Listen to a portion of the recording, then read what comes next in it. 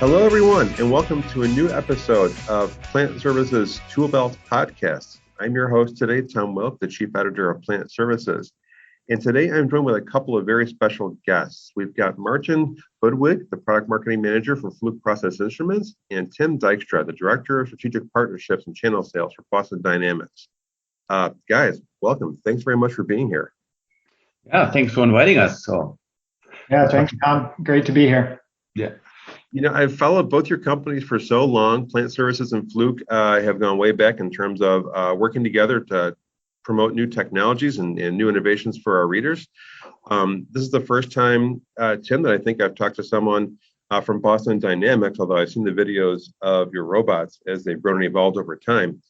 Specifically today, we're here to talk about the partnership where the SV600 Fixed Acoustic Imager payload from Fluke Process Instruments is connected with the Boston Dynamics Spot robot, and we've already got a link to the video in our podcast comments, guys. So I'll just tell readers right now, if you want to see this robot in action and the instruments in action, go ahead and click the video, but not until we're done talking, okay?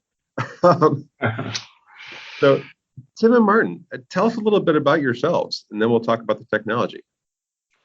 Yeah. So, okay, my name is Martin Budweg. I'm located in Berlin, in Germany. So I'm the product marketing manager or product manager for the fixed acoustic portfolio, and also responsible for the SV600. So I'm now for 10 and a half years at Fluke or Fluke Process Instruments. My background is physics. So I studied physics, have a PhD in seismology and so geophysics actually. So background is a bit acoustic also from the past, but working really for sensor technology now for more than 20 years. So I started the project here with Fluke for about 2 years. And so because acoustic was new for us, because our big brother, the industrial group, has this portable IR 900 imager. So, and we found out that not just, let's say, for customers need not just a handheld solution, also a fixed solution. So there we came in, and that's why we created with our partner Sorama the SV600, and introduced this last year in October. And since then we are ramping up and starting to bring this on the market. And I think it's a year now, Tim, we are closely started the cooperation. Yeah. So it came in that we found out there is actually a new vertical for us. We call it Mount and Move. Probably Tim calls it a bit different. So it's pretty interesting for us because it is new. It gives us, so we will talk about this, I think, a lot of possibilities now to go into, let's say, differently into verticals we could not go before with a fixed solution. So excellent. And Tim, tell us about how you've gotten to Boston Dynamics and what you're working on. Yeah, so Tim Dykstra, once again, I'm the Director of Strategic Partnerships here at Boston Dynamics, predominantly focused on the Spot side of our business. I came to Boston Dynamics a little over 2 years ago, almost 2.5 years ago, about the time when we started to bring Spot to market. It's still a relatively new product for us. Prior to coming to Boston Dynamics, I did a lot of work with robotic forklifts as well as other 6-axis robots. I've been in the robotics business for about 15 years. But with Boston Dynamics and Spot, like I said, it's relatively new product, only been on the market for about 2 years. But Boston Dynamics has been around for a while. We've, as many people know from our YouTube videos, we focus on legged robotics. And really the reason for that is, a problem with mobile robots in the past has been they struggle in areas that are built for humans. And a lot of the plants around the world are built for humans to get around. And so a wheeled or a tracked robot or even a drone may have difficulty getting around those areas. And that's really where Spot excels. So, as Martin said, people are putting sensors on top of Spot, and it walks around a facility to inspect assets. Yeah, it's funny. Plant Services has covered a whole lot of portable condition monitoring tools and technologies, but this takes it to a whole new level where the robot carries the monitoring device around on it by itself. Tell us about the collaboration between these two companies. How did we get here, and sort of where does the collaboration stand these days? Yeah, so I can maybe start with that and give a little context. As I mentioned, Spot's, I call it a walking IoT device, right? So it can get around a factory pretty easily, and you can mount any piece of hardware onto it. In the early days, we were focused a lot on thermal and just RGB or regular photo information, and capturing data on assets. Maybe it's a thermal scan of a motor, or looking at an electrical cabinet. So that was a big focus of ours. And we had, this was probably one of my first site visits during COVID, kind of when people started to allow people back on sites. I had a manufacturing customer that said, "Hey Tim, it'd be great if Spot could carry around this II-900, this Fluke device that my maintenance people walk around with to look for compressed air leaks." This company was losing about $75,000 a month in compressed air, and they said, we purchased this device to go around and monitor leaks, but we lost a few maintenance people. It's really difficult to find new maintenance people with the labor shortage, and so we're not able to walk around with this as much as we want to. It would be great if Spot could do it for us. So I said, okay, that's interesting. Looked at this acoustic imager by Fluke. The next week, had a person in the food and beverage industry come to us, say the same thing. "Hey, I have this II-900 that it'd be great if you could integrate with." The following week, had a nuclear customer say the same thing. "Hey, we do these inspections inside a containment area. It'd be great to have this device." And so I scrambled and said, who do I know at Fluke? Who can I find at Fluke? Found Sarama, found Martin at the Fluke team, and this was probably a little bit over a year ago. I think it was in December of 2020 that we started talking, and that's really where this relationship and this partnership formed. And we've been working closely with them. Thankfully, as Martin said, they were starting this fixed sensor, and they said, "Hey, the II-900 is a portable device, a handheld device, but we actually have this fixed sensor that will be perfect to mount on top of Spot." And I'll let Martin kind of talk a little bit more about that. Yeah, so Tim said a lot here. So roughly it's roughly a year ago now. So as Fluke continuously innovates to keep business industry around the globe up and running, right? And for us, it's new, as Tim is saying. So there seems to be a new merge between handheld and fixed. And as this is a classical fixed application, because you need to integrate this into, let's say, into a system. Here it is definitely a robot, but it is more because you have also the factory behind, you have the people behind, so the protocols behind. You need to do alarming functionality, you need to do reporting functionality. So this is a classical, let's say, fixed sensor. So where Fluke Process Instrument definitely has his key knowledge in. So that's why it came actually through our industrial group and Tim, and we started already the fixed sensor to develop, and then so we said let's develop this payload for Spot. Because we had already some customers who were very interested in the, let's say, beverage and food industry, utility industry, power generator industry, and so many came up. Like mining is getting pretty big, and all the stuff, let's say, where you need to monitor, for example, leaks, PD, or going into areas where human not really can go because it is too dangerous or it's too small, or as Tim is saying, to unload their maintenance workers, because they need them for other stuff, right? To collect data. The Spot is perfect to use, and we wanted to give Spot an ear better than a human ear, because we can hear beyond the human. So frankly speaking, a human can roughly hear up to 20 kilohertz. So that's for young people, probably not for me anymore. But so we can hear up into the ultrasonic range, and this is where you can easily find leaks. And also the key point is also to make this visible for humans. And with Spot then and all the other payloads, you bring all this knowledge together, all this data together. This is a big, let's say, new industry step, I would say, and I think we see more in the future. So it is very interesting for us, and we see already that many customers are interested in these solutions, independent solutions, especially also more and more in the petrochemical industry, where again also safety is a reason. And so that's why we decided together with Boston Dynamics to go this way down and starting this collaboration a year ago. So that we started the combined launches, the combined video material, and we hope we can show soon pretty more also applications. So this is where we want to really go.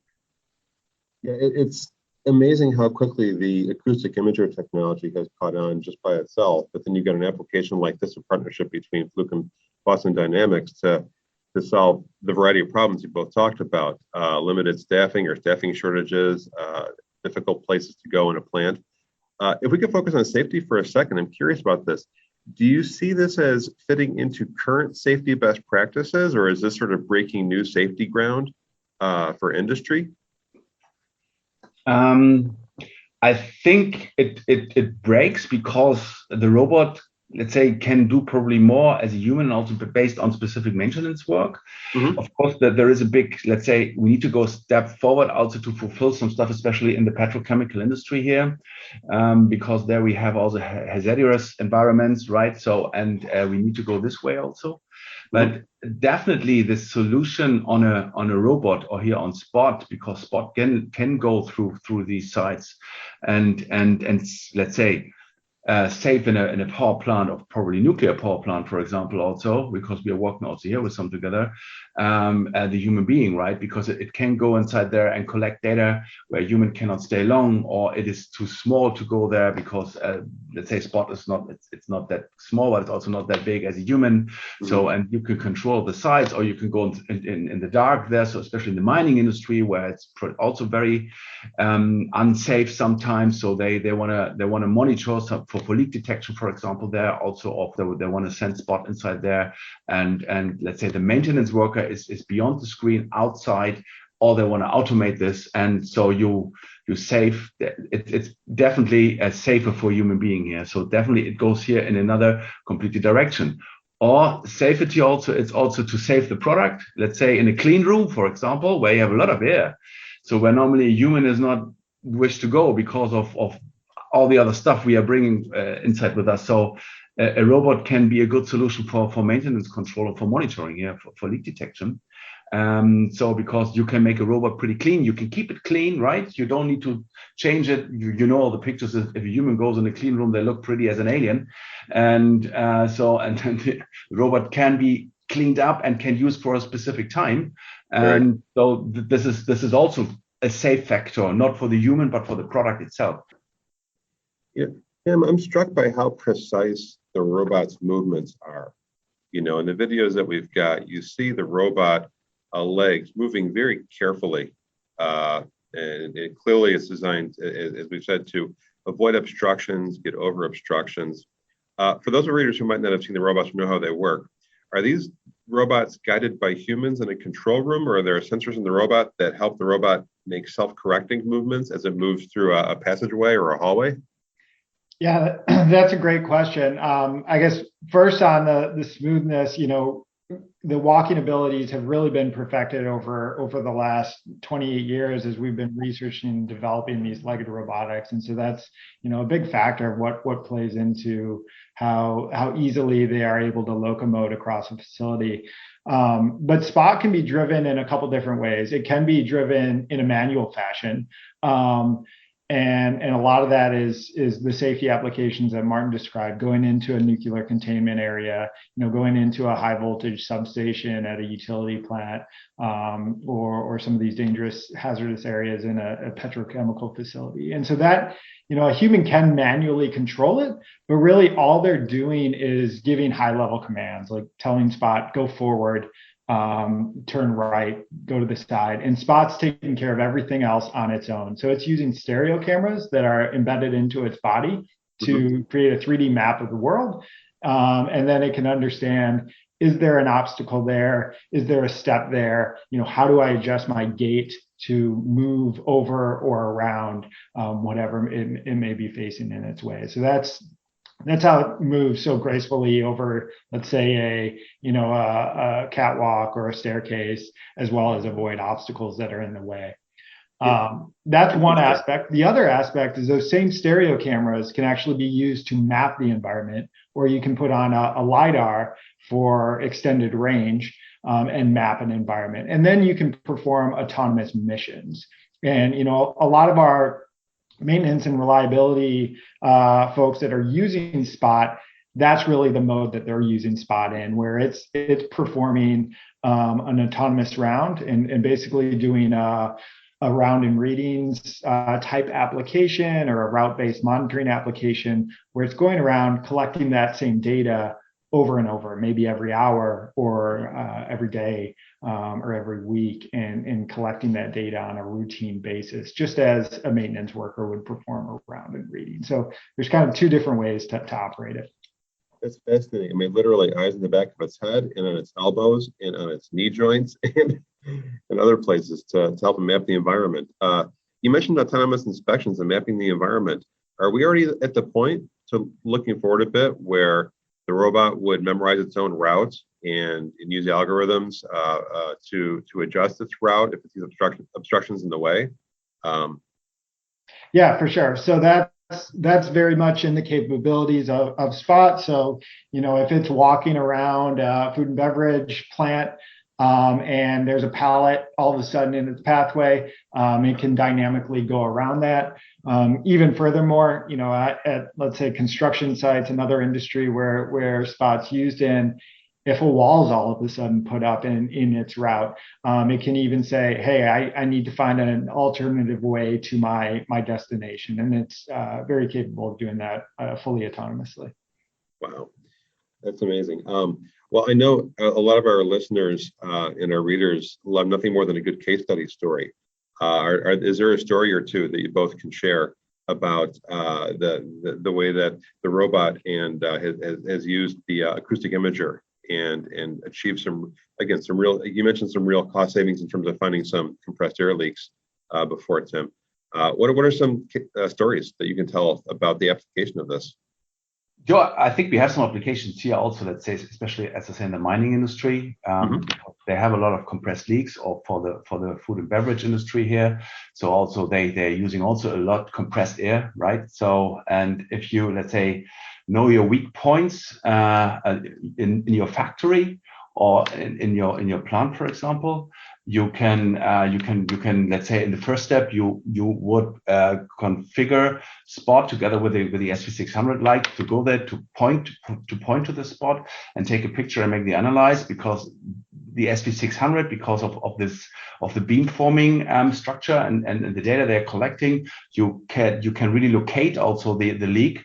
And you can really see where it is. So assuming there is a leak, you can see based on the let's say on the volume, on the sound pressure, let's say, so the dB level, right? You could assume it is a strong leak, and with the Fluke let's say reporting we have on our homepage, you could also get a throughput, let's say how much the leak leaks. How many, because I'm from Europe, I would say liters or deciliters, right?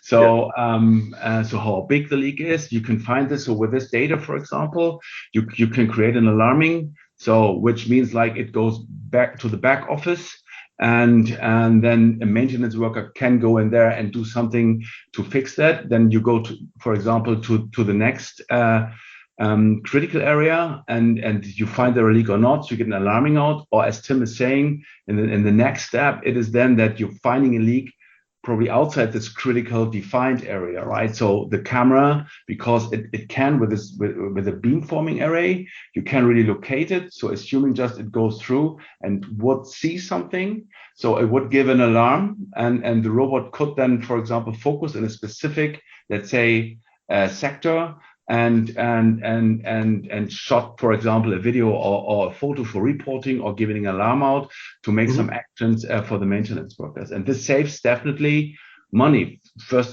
just say for beverage and food company, because I think they're saving a lot of dollars per year if they know where the leaks are, because some of them you cannot hear, you cannot see, but the camera, because it sees the leaks in the ultrasonic range, which again we cannot hear. So you find them before they harm you, right? Because normally they get bigger in the future. So you find them in an early stage and can then you can then definitely fix them.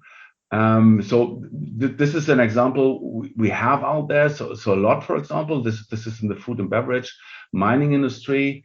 So for example, we are working also with some petrochemicals, so gas for natural gas here. So there it's actually more critical, because we're not talking about compressed air. We're talking about dangerous gases sometimes here. So as earlier you find them, as better it is for these companies. So either, of course, it is cost because you're losing the gas, but also the safety error, right? So that's a big point.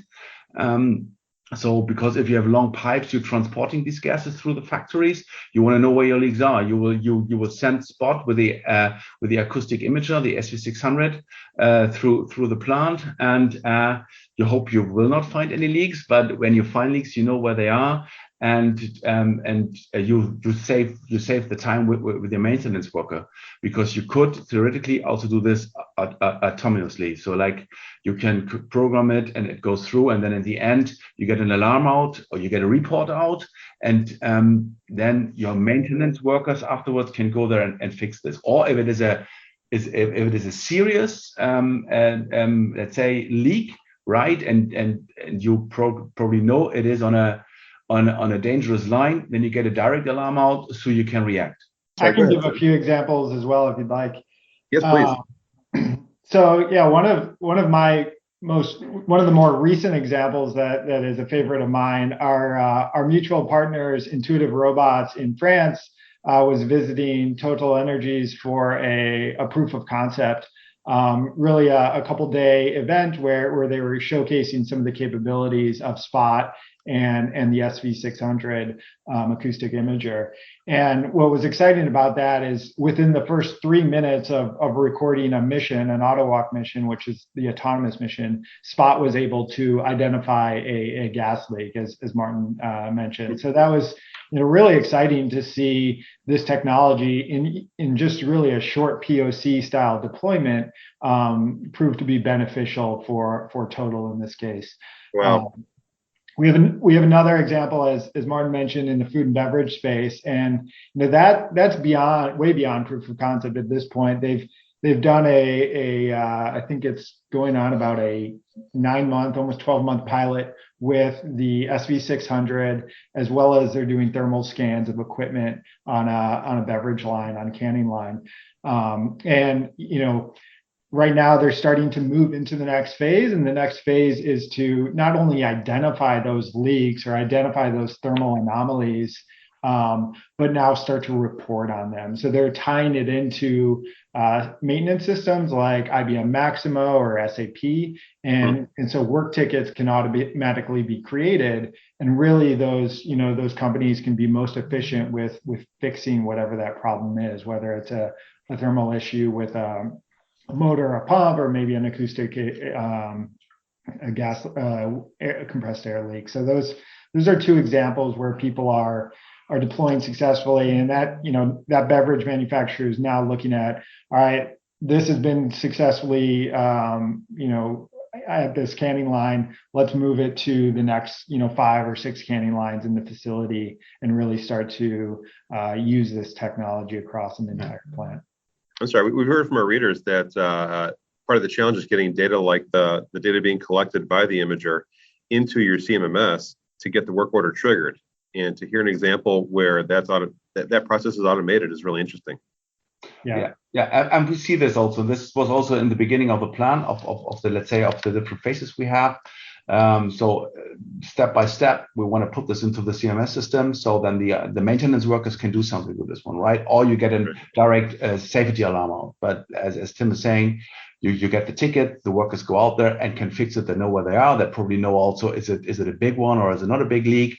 Because of the location, they know how big it is and where it is. So they really know where it is. So, and so now we see more and more, they want to really automate this, getting this into the system, so the complete workflow will renewed here. Because in the past it was like really you go through this one, then you collect the data, you download it, you analyze this, and then probably a day is already gone. But here with you collect the data automatically or autonomously, so then you could do something in the future. So this is definitely the plan, especially with the food and beverage company Tim was saying, because there we are really a step into this direction here, that we get this maintenance process completely automated with the SV600 and Spot.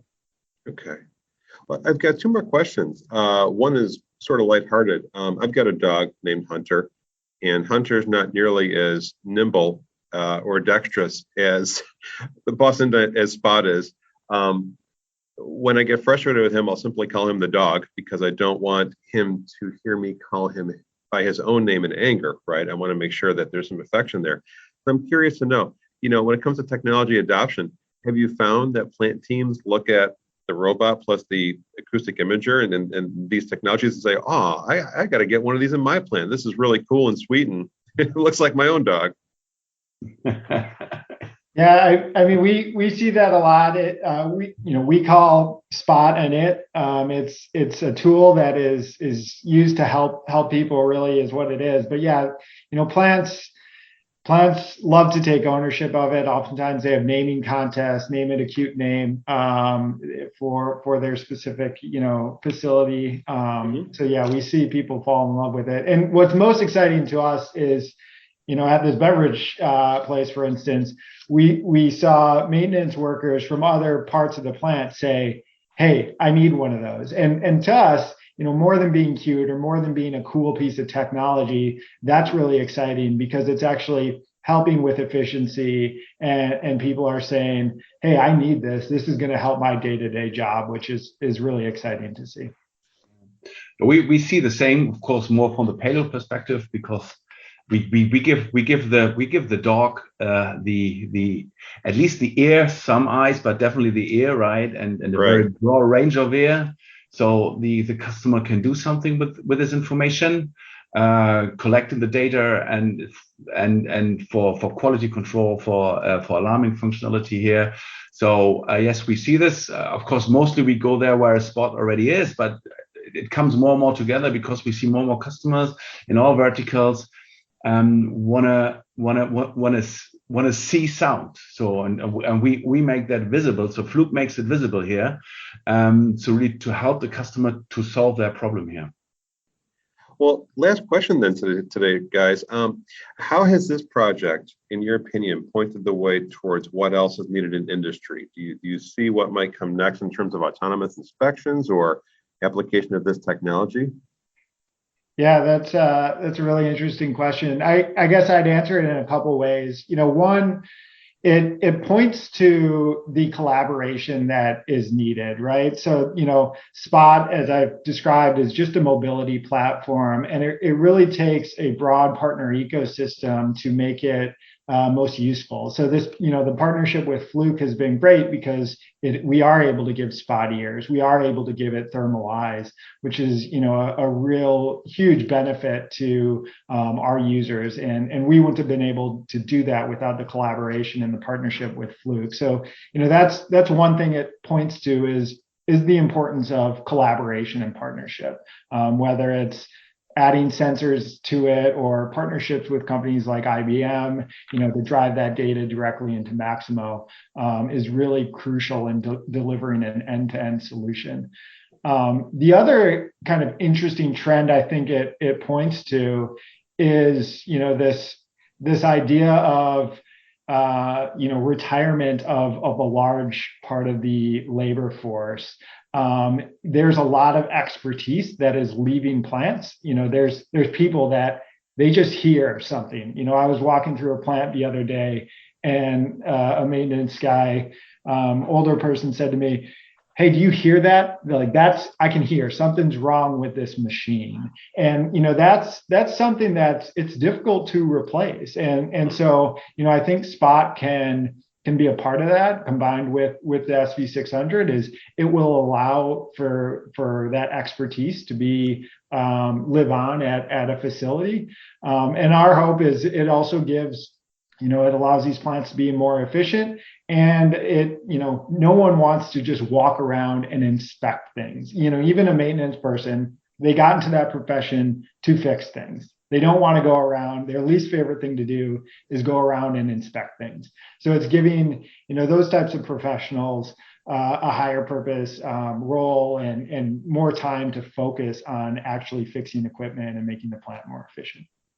So yeah, I agree with Tim here. So as we are committed to improve really safety, building and supporting a skilled workforce, alleviating workforce shortages, and advancing sustainability, so Fluke really needs this partnership, right? So we need our customers, we need good partners, and make a solution together out of this one. And Spot is new, let's say, because it's going into a part in the industry which was not there, because for automate stuff, to make it more safe.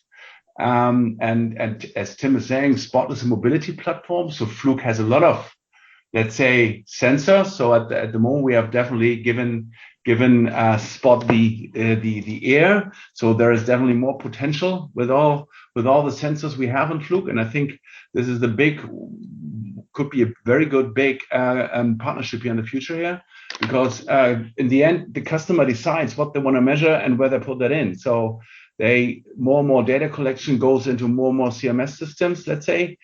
So the data flow is very high, and nobody really wants to do all that work. So Spot is a perfect platform with a lot of sensors on. One of this is the SV600 here, and this goes back to the customers in their back systems.